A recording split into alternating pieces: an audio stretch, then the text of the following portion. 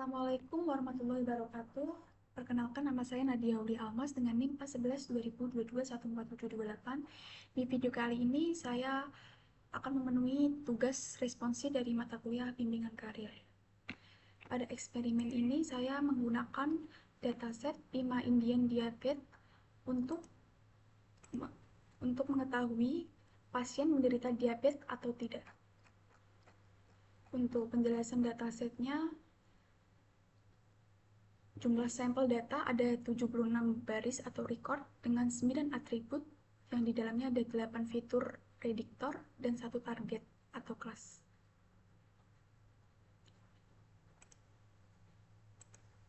Ini langsung untuk di kodenya. Yang pertama, saya mengimport beberapa library. Contohnya untuk library Panda, untuk fungsinya untuk memanipulasi dan menganalisis data terstruktur melalui data frame. Untuk NumPy, komputasi numeriknya, sedangkan untuk Matplotlib untuk visualisasi data dengan grafik maupun plot, Seaborn untuk visualisasi statistik yang lebih informatif. Selanjutnya, saya membaca dataset yang sudah saya download sebelumnya, Diabetes CSV, dan menampilkannya beberapa data dari 5 teratas dan 5 terbawah. Dan ini untuk contoh datasetnya di dalamnya. Selanjutnya, saya menelaah struktur datanya untuk mengetahui jumlah baris dan kolom. Jumlah barisnya ada 768 dan kolomnya terdiri dari 9. Dan untuk informasi tipe datanya, saya menggunakan df.info untuk memastikan semua fitur numerik dan target terbaca dengan benar.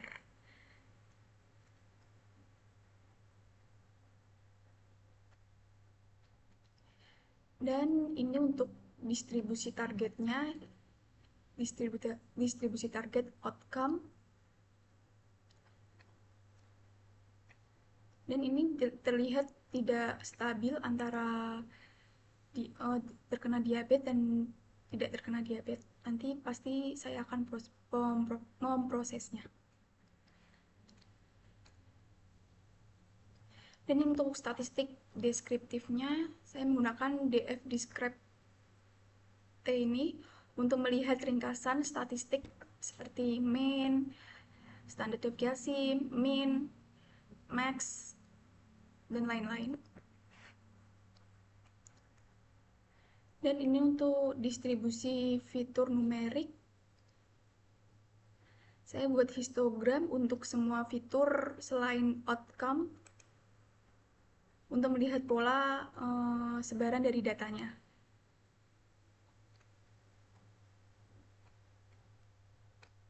Dan ini untuk visualisasinya dari pregains, glucose, blood pressure, skin tick, insulin, BMI, diabetes, dan age. Selanjutnya saya melakukan pengecekan missing value dan nilai yang tersamar. Pertama, saya mengecek missing value dengan isna.sum ini.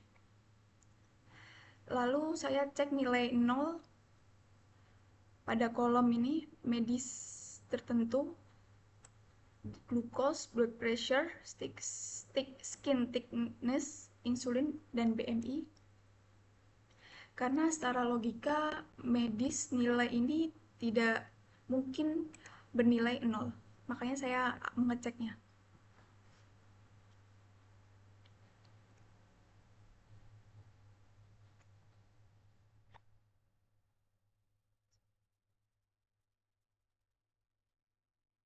Dan ini terdapat ini jika tidak dicek missing value-nya tidak terdeteksi 0 semua, sedangkan saya menggunakan ini terdeteksi. Ini ada jumlah nilai 0 indikasi missing tersamar ini ada glukosnya terjumlah 5, blood pressure 35, skitik 227, insulin 374, PMI 11. Dan di bawahnya ini ada visualisasi untuk jumlah nilai nolnya yang terindikasi missing value yang tersamar.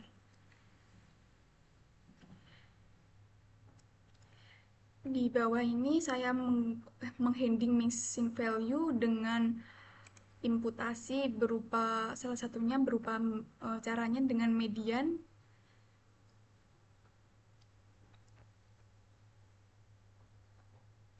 dan saya mengecek lagi mengecek ulang dengan kode seperti ini yang sudah di handle di atas ini, ternyata sudah benar, tidak ada missing value lagi. Dan ini untuk deteksi outlier, saya ambil semua kolom numerik selain target, lalu membuat box plotnya. Box plot ini digunakan untuk melihat outlier yang nilainya rentang jauh dari mayoritas data. Bisa dilihat ini adalah outlier.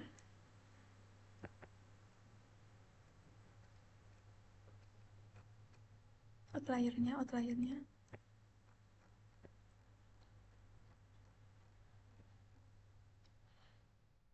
Dan ini saya menghandlingnya dengan handling outlier dengan IKR clipping. Saya menghitung Q1, Q3, lalu menentukan batas bawah dan batas atasnya. Nilai di luar batas saya klik ke batasnya supaya pengaruh nilai ekstrim berkurang tanpa menghapus datanya. Setelah itu, saya menampilkan lagi box plot untuk memastikan outlier tertangani. Dan bisa dilihat awalnya ada outlier dan ini sudah tertangani. Di instruksi 1, EDA dan preprocessing. Yang pertama, nilai 0 bukan nilai nyata untuk beberapa fitur medis pada kolom seperti glukos, blood pressure, skin tick, insulin, BMI. Angka 0 cenderung mempresentasikan data yang tidak tercatat. Mengubah 0 menjadi none lalu imputasi median membuat data lebih realistis dan mencegah model belajar dengan nilai yang pola palsu. Untuk menangani missing value, median lebih aman daripada mean karena data kesehatan sering punya nilai ekstrim atau outlier. Median lebih robust sehingga imputasi lebih tertarik oleh nilai sangat besar atau kecil. Untuk outlier berpengaruh besar pada model tertentu. Dengan box plot terlihat ada nilai ekstrim terutama pada fitur insulin atau skin tick, umumnya begitu. Untuk menanganinya, saya menggunakan clipping IKR membantu mengurangi efek nilai ekstrim tanpa membuang data. Saya akan memisahkan fitur dan target.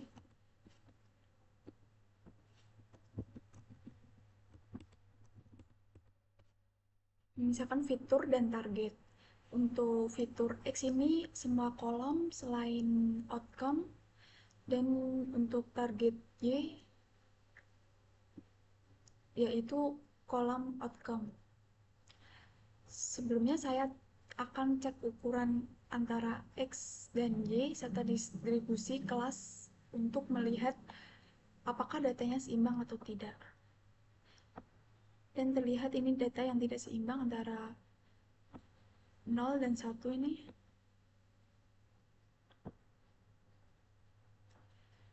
Dan saya akan melanjutkan untuk split datanya. Saya membagi data menjadi 80 training dan 20 untuk testing. Saya menggunakan stratify sama dengan Y ini untuk agar proporsi kelas 0 dan 1 di train dan tes tetap sama sehingga evaluasi lebih stabil. Dan ini untuk visualisasi kelas sebelum dilakukan smoothnya antara distribusi kelas outcome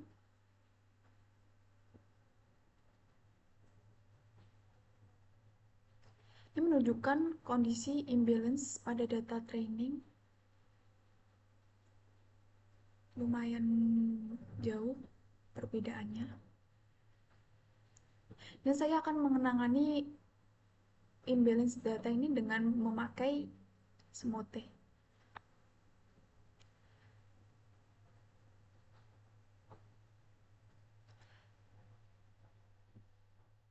Sebelum Smote ini untuk 0 berjumlah 400, untuk 1 berjumlah 214. Setelah Smote, saya cek ulang dan memvisualisasikan distribusinya agar terlihat kelas sudah seimbang. Ini untuk distribusinya, visualisasi setelah Smote, data telah seimbang.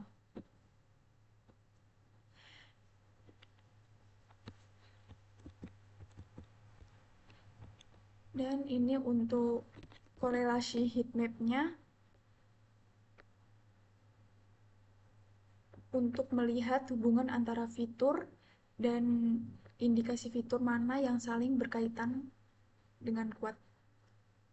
Ini membantu untuk memahami struktur antara data satu dengan data yang lain. Untuk scalingnya saya menggunakan standard scaler. Scaling saya fit pada data train hasil smooth lalu diterapkan ke test set. Pada scaling ini sangat penting untuk pemodelan yang saya akan pakai selanjutnya. Dan saya selanjutnya untuk training 3 modelnya saya menggunakan decision tree, random forest, dan logistic regression. Untuk decision tree dan random forest menggunakan data train hasil smooth tanpa scaling, sedangkan untuk logistic regression dilatih menggunakan data train yang sudah di scaling. Selanjutnya ini untuk evaluasi dengan akurasi dan classification report. Untuk decision tree akurasinya sebesar 714, sekitar 71%. Dan untuk precision dan recall-nya seperti ini. Untuk random forest akurasinya 75%. Untuk logistic regression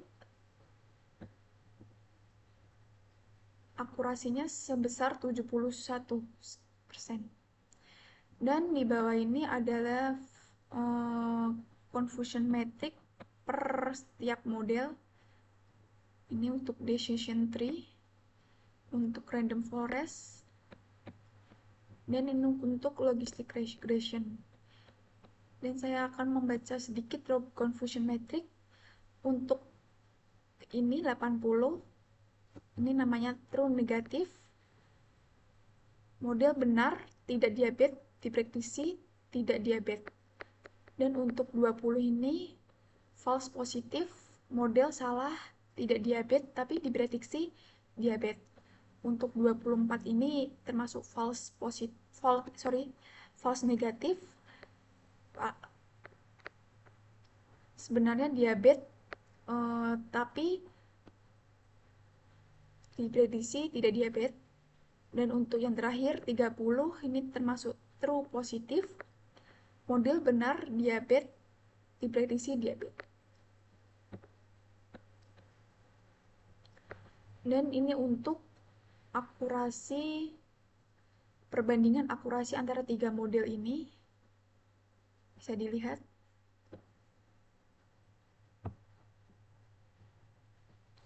Dan untuk instruksi yang kedua, logistic regression, cocok untuk pola yang relatif linear, baseline yang kuat dan untuk tabular. Sensitif skala fitur, makanya tadi diwajibkan untuk di scaling, dinormalisasi. Untuk decision tree mudah penggunaan mudah overfitting, apalagi kalau depth yang besar. Kelebihannya tidak butuh, maaf, decision tree sangat, kelebihannya tidak butuh descaling, bisa menangkap non-linearitas dan mudah dijelaskan dengan aturan. Untuk random forest biasanya mengungguli decision tree karena ensemble terdiri banyak pohon, lebih stabil dan lebih tahan overfitting. Langkah selanjutnya, saya melakukan optimasi pada model untuk mendapatkan model yang terbaik yang diperoleh di tahap sebelumnya pada tahap modeling. Teknik optimasi yang saya pakai adalah hyperparameter tuning. Dan untuk yang pertama ini untuk hyperparameter tuning itu decision tree saya menggunakan grid search CV. Saya mencoba beberapa kombinasi parameter seperti max depth, min sample lift, min sample split, dan iteration untuk mengontrol kompleksitas pohon dan mengurangi overfitting. Saya juga memakai stratified keyfold agar pembagian data validasi tetap menjaga proporsi kelas, dan saya memilih matriks F1 karena data awal cenderung tidak seimbang.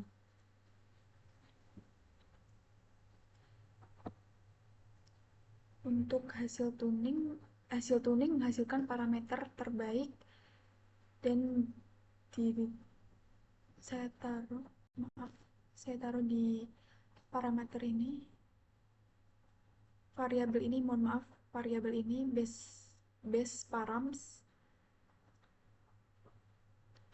dan skor validasi silang terbaik saya kasih variabel base score. Untuk evaluasi decision tree setelah dituning,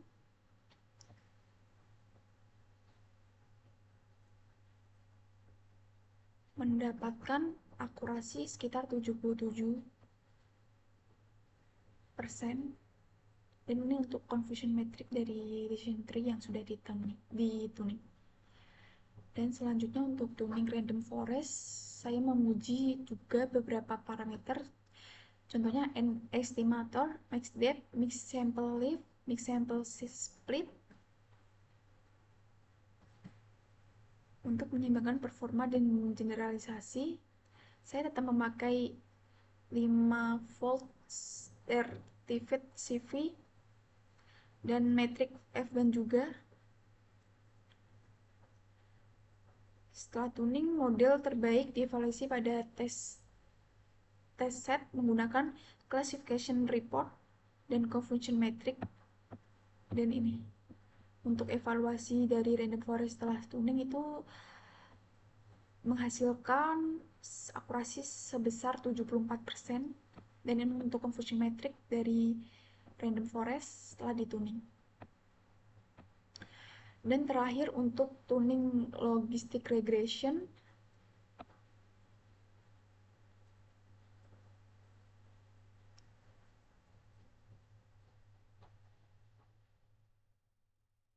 saya menggunakan parameter ini, dan juga saya memakai scoring F1 juga untuk menjaga keseimbangan precision dan recall pada klasifikasi. Dan ini untuk evaluasi logistic regression setelah dituning menghasilkan akurasi sebesar 74%. Dan ini untuk confusion matrix logistic regression setelah dituning.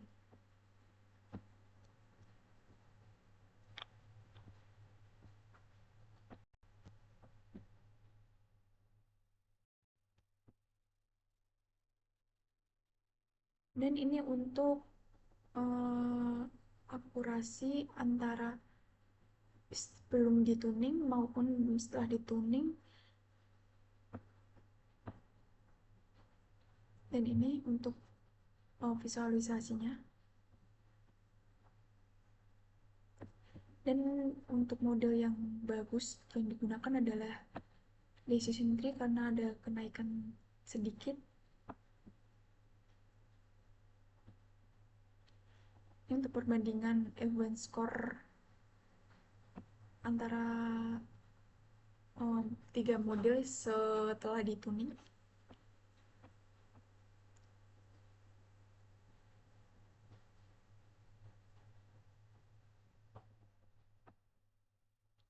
Untuk insight instruksi 3 dari optimasi model tuning,